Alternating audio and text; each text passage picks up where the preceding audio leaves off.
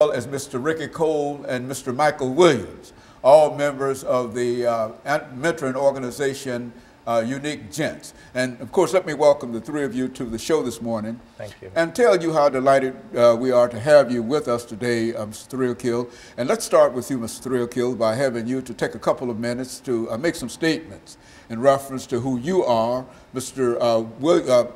Ricky Cole will make additional statements in reference to his situation, and of course Mr. Michael Williams will also give that information. By that time we should be through with this first segment, and then we'll get into some issues dealing with your organization. Let's start off with you, Mr. Threalkill. Thank you, Dr. Haney, and it's an absolute pleasure to be on your program, especially after having been on your program some 30 years ago to talk about a similar topic. So really appreciate your work in this area and providing a voice for the community.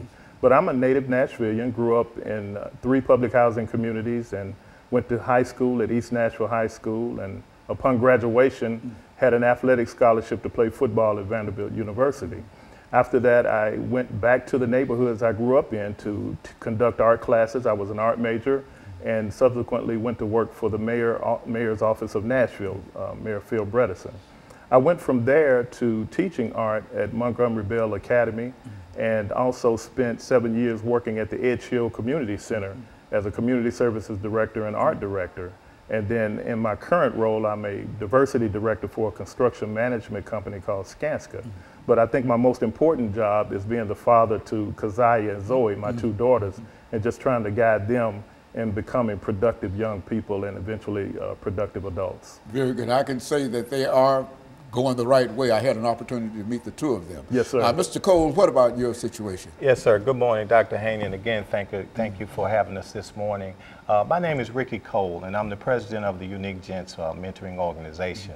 I'm from Nashville, Tennessee. I grew up in East Nashville, where I had an opportunity to go to Meigs Junior High School and attend East High School, where I graduated, played sports, football and basketball while I was in high school, and got a scholarship to attend Tennessee State University to play basketball, and played basketball at Tennessee State. Presently, I've been working with the state of Tennessee now for about 33 years, and I'm a rehab therapist at Middle Tennessee Mental Health Institute. Very good. Michael? How you doing? Good morning. Thanks for having me. I'm native of Nashville, born in West Nashville. I'm a member of Phi Beta Sigma Fraternity Incorporated. I'm a member of Unique Gents. This organization, I'm a true product of the organization. These men have guided me through life and come up to be a young man that I am today. Actually, I'm a probation officer at the moment. I attended Bethel College, played football there, and here I am now. I have a criminal justice degree.